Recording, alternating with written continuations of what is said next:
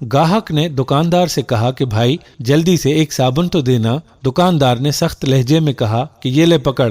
گاہک نے پوچھا کہ یہ کتنے کا ہے بھائی؟ دکاندار دوبارہ غصے میں بولا کہ 100 روپے کا ہے۔ گاہک بولا بھائی کیا بات کر رہے ہو، پچھلی دکان والا تو 80 روپے کا دے رہا ہے۔ دکاندار چلایا کہ کوئی 80 روپے کا نہیں ہے، پورے 100 روپے کا ہے۔ گاہک کہنے لگا یار ہر کوئی تو 80 روپے کا دے رہا ہے۔ دکاندار زور سے چیخا کہ میں کیا پاگل ہوں، پورے 10 سال سے دکان چلا رہا ہوں، 100 روپے کا ہے، اگر لینا ہے تو لو، نہیں تو یہاں سے چلتے بنو۔ گاہک نے صابن واپس کرتے ہوئے کہا یہ لو اپنا صابن اور مجھے میرے پیسے واپس کر دو۔ دکاندار غصے سے بولا کہ کوئی پیسے واپس نہیں ہوں گے۔ اس نے صابن اٹھا کے زمین پر مارا اور کہا یہ لے اٹھا اسے اور یہاں سے چل دفع ہو یہاں سے، پتہ نہیں کہاں سے دماغ خراب کرنے آ جاتے ہیں۔ گاہک بیچارہ صابن اٹھا کر چل دیا۔ اتنے میں ایک لڑکا آیا اور بولا کہ ایک 40 روپے والا بسکٹ تو دے دے۔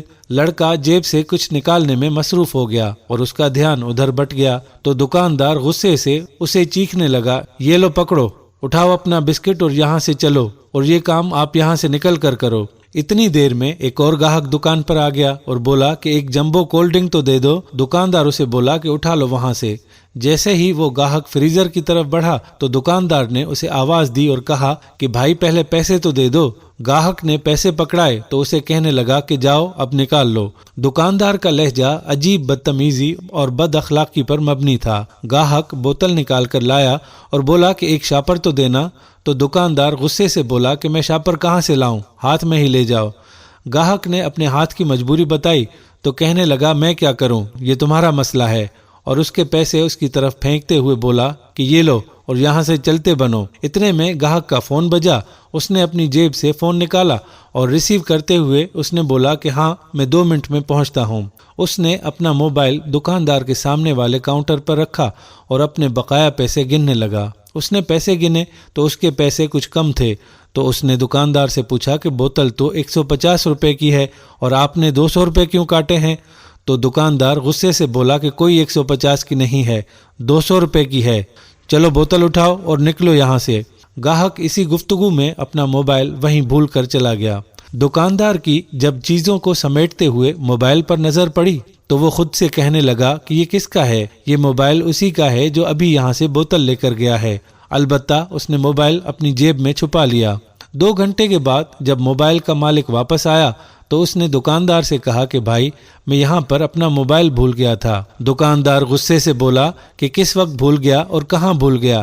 میری دکان میں تو کوئی موبائل نہیں ہے۔ تو گاہک بولا میں تو یہی موبائل بھول گیا تھا اور میں نے یہاں پر کال سنی تھی۔ تو دکاندار برہم ہوتے ہوئے بولا کہ کہاں؟ یہاں؟ اور کہاں پر رکھا تھا؟ کیا تم مجھے چور سمجھتے ہو؟ گاہک بولا کہ نہیں بھائی، میں نے ایسا کب کہا ہے؟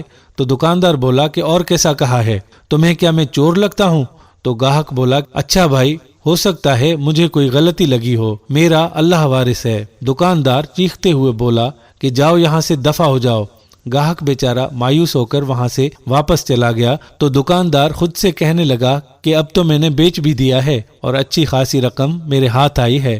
تھوڑی دیر بعد دکاندار کا ایک دوست اس کے پاس اس سے ملنے کے لیے آیا۔ سلام دعا کے بعد اس نے پوچھا کہ سناؤ بھائی، کاروبار کیسا جا رہا ہے؟ تو دکاندار بولا یار کاروبار کا تو کچھ مت پوچھو، جتنے بھی پیسے کماتا ہوں گھر لے جاتا ہوں، پتہ ہی نہیں چلتا کہ پیسے کہاں خرچ ہو گئے۔ میرا ایک بیٹا بیمار رہتا ہے اور اس کے علاج معالجے پر بھی کافی پیسہ خرچ ہوتا ہے۔ اب تو میں تھک چکا ہوں، میرا جتنا بھی پیسہ ہے اس کے علاج پر لگ رہا ہے، بس کیا کروں اب میں۔ سلام دعا اور حال احوال کے بعد وہ دوست واپس چلا گیا۔ کچھ دنوں بعد دکاندار نے دروازہ کھٹکھٹایا۔ اندر سے ایک لڑکا آیا تو دکاندار نے اسے کہا کہ بھائی کچھ دن پہلے آپ میری دکان پر آئے تھے اور وہاں پر اپنا موبائل بھول گئے تھے۔ تو وہ لڑکا بولا جی مجھے یاد ہے۔